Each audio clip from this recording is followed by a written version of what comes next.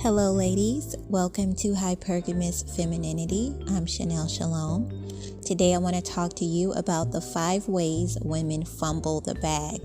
That means these are the ways that women interfere with their own provision. The first way that women fumble the bag is by divorcing their provider. We talked about this in another one of my videos called He Was a Good Provider, but I Divorced Him. Please watch that video to get more detail about what I'm talking about, but there are women who actually are married to men who are a great provider for them and their children, but they divorce him for reasons that could be worked out. And that is a sure way to fumble the bag, because it is actually not easy to keep getting a provider after a provider after a provider. A lot of men nowadays do not feel like it is their responsibility to be a provider to a woman. So providers are actually harder to replace than women think they are. So if you have a man who is a good provider and there are some issues going on in your relationship, it's better for you to try to work those issues out than to leave him thinking that you're going to replace him with another provider, because they are not as easy to find as you may think. The second way that women fumble the bag is by interfering with their man's work. And that means that they're questioning him about, why are you working so many hours? You should come home earlier, or you should get off work earlier. You should spend more time with me.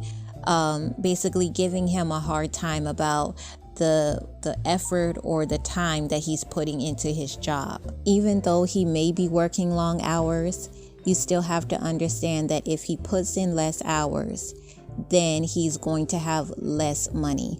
So not saying that you shouldn't ever ask him to work less hours, but just understand the repercussions of that. He's going to have less to give you and his children if he puts in less hours. So there are many women who actually start competing with their husband's job. They get jealous because he's at work a lot or he's putting in a lot of hours, and they start competing with his job and wanting him to give them the hours that he's giving his job. And then what ends up happening is that the family ends up having less money. So if you want a man to be a good provider, don't interfere with his work. The best thing for you to do is to ask him if he needs any assistance with his work.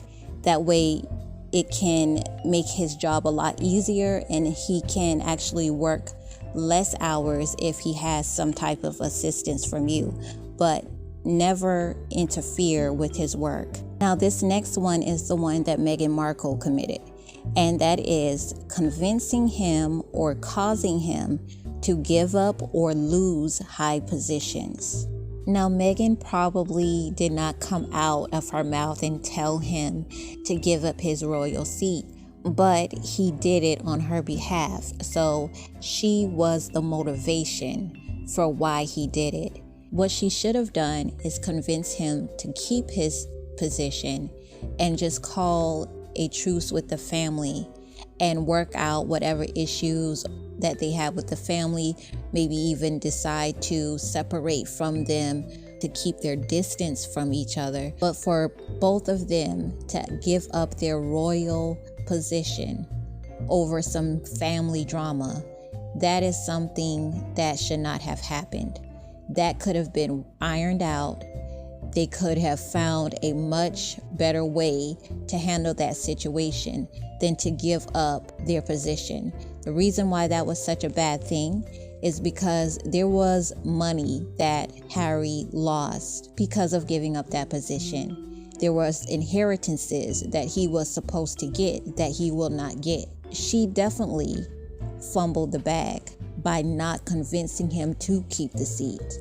Some people might want to say, well, she can't control Harry. I actually think she can. I really do. I'm just looking at the dynamics of their relationship as far as how it looks publicly, and he looks like he's pretty much a sucker for her. I believe that she actually can or could have convinced him to keep his position. And it isn't just Meghan, it's most women when it comes to their husband. Most women have influence on their husband. Most women can convince their husband to do things. So it is very important that if your husband has a high position, whether in his family, at his job, in some type of organization, if there is money tied to that position and you cause him to lose that position, or if you convince him to give up that position, you are fumbling the bag. It is better to convince him to keep the position and try to iron out the issues that he may be having or the issues that you may have with him or with whoever. It's better to try other ways to resolve that. Women have to find better ways to resolve conflict because our emotions causes us to make a lot of decisions that are pretty much irreversible. The fourth way that women fumble the bag is by not saving their money. Women who date rich men, they get a lot of financial help, money, gifts, things of that nature. And after that relationship is over, they don't have anything to show for because they spent everything. They didn't save anything. They kind of acted as if this money was going to just keep coming over and over again, unlimited. And so you have to kind of prepare for the day where those finances are cut off. Even if you're married, you have to save and prepare just in case your husband dies or if he divorces you or whatever. You have to have money set aside because there is no reason for women to live as if money is unlimited.